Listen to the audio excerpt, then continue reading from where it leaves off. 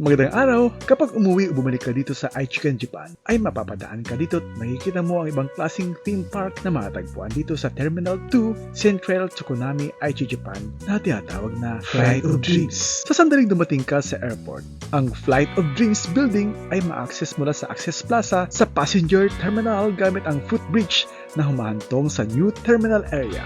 Ito ay isang airplane theme park na itinayo sa paligid ng exhibition ng kauna-unahang Boeing 787. Ngayon, ang pagpunta sa Chubu Center International Airport o Saint Rare kahit kasama ang pamilya ay maaaring maging ganap na kasiyahan. Salamat sa mga pasilidad tulad ng Flight of Dreams. Ang Flight of Dreams ay isang bagong instalasyon na pinasanayaan noong October 12 taong 2018.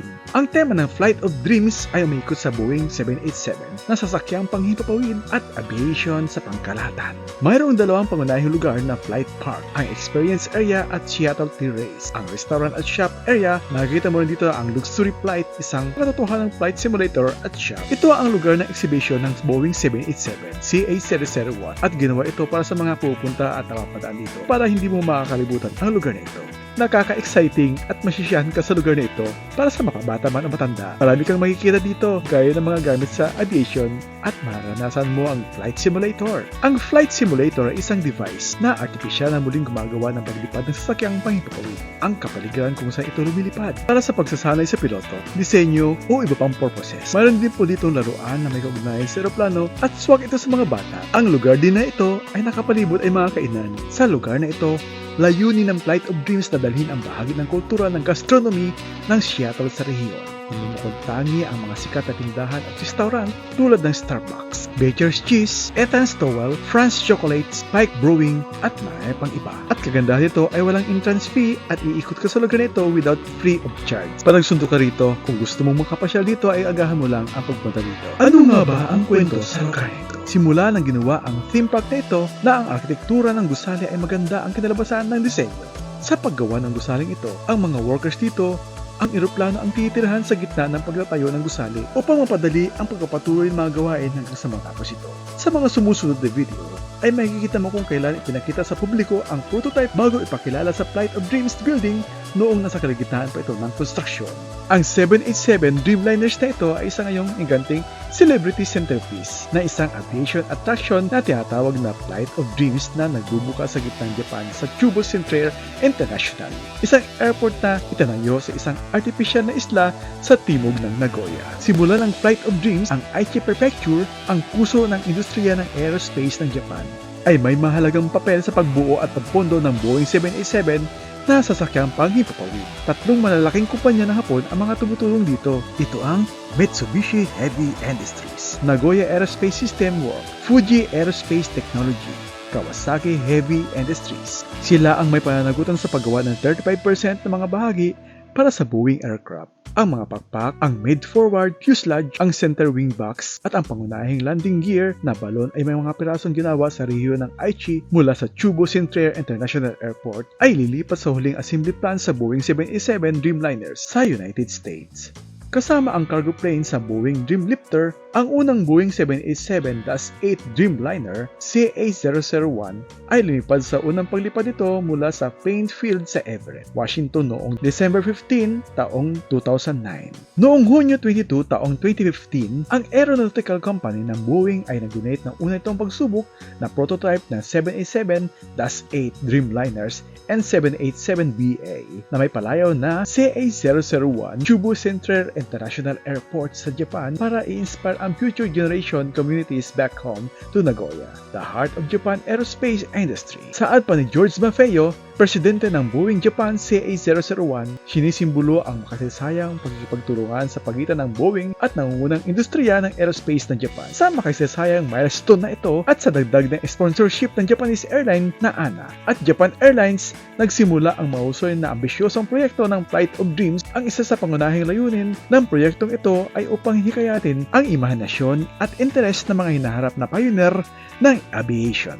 Ang CA001 ay tumutukoy sa serial number ng pinakaunang Boeing 787 Dreamliner prototype. Ang eroplano ay ginagamit para sa isang serye ng mga pagsubok upang ipakita ang matinding kondisyon ng landing. Ang eroplano ay nahihatid sa All Nippon Airways o ANA noong Setyembre 26 taong 2011.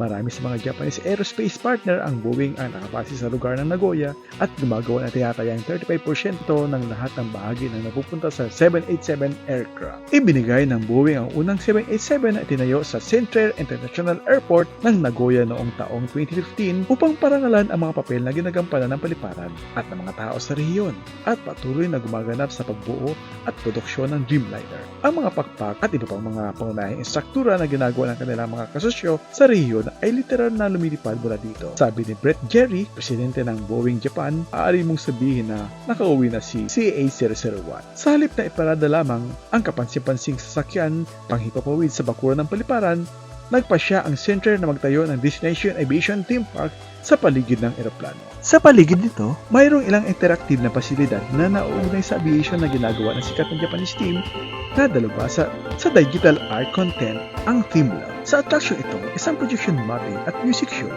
ang ginaganap tuwing 15 minuto. Ang pangunahing karakter nito ay ang Boeing 787 Dreamliner's prototype. Mula sa lugar ng pagmamasid na matatagpuan sa ika-4 na palapag. Makikita mo ang kamanghamanghang palabas na ito kung saan nawawala ang tunay na espasyo at ilulubog ka sa isang kamanghamanghang mundo kung saan mararamdaman mong lumilipad ka kasama ang eroplano. At alam niyo ba, nabali ito ng kontrobersiya at puwang sa Dreamliner. Ang mga 787 Dreamliner na eroplano ng Boeing mula nang pumasok sa serbisyo noong taong 2011 ay maaaring magkaroon ng 50-year lifespan. About 44,000 flights bawat isa. Sabi ng kumpanya, ngunit ang reklamo ni Salipor ay nagsasaad na ang tripulante na nag-a-assemble ng eroplano ay nabigo upang maayos na punan ang maliit na puwang kapag sumali sa hiwalay na ginawang bahagi ng fuselage. Ang fuselage is the main body of an aircraft. Hisam Salipor ay isang Boeing whistleblowers. Saad niya ay inilagay siya sa impyerno. In the report, I said, we have made 300 plus airplanes. That should have been more than adequate for us to resolve these things. I was ignored. I was told not to create delays. I was told, frankly, to shut up. Sinabi ng isang enhinyero ng Boeing sa mga mamabata sa US na siya hinaharas, pinagbantaan, pagkatapos siyang ipahayag ang mga alalahanin tungkol sa kaligtasan ng mga eroplano ng kumpanya. Sinabi ng whistleblower ni si Sam Salipor na pinagalitan siya ng kanyang amo sa loob ng 40 minutong tawag at nabutas na pako ang kanyang gulong. Nagsalita siya sa isang panidig bilang bahagi ng pagsasiyasat ng Kongreso sa kaligtasan sa higanting pagmamanufaktura. Sinabi ng Boeing na sinubukan nito naman na pabutihin ang kultura ng kaligtasan nito. Ay siya, hanggang dito lang po muna. Nawa nag-enjoy po kayo sa aking kwento. Baka naman, follow and share po ha. Salamat po. God bless everyone. Bye! Thanks for watching. Please like and share. And don't forget to subscribe our YouTube channel and follow our Facebook. Oops! Don't forget to hit that notification bell. Thank you. God bless everyone.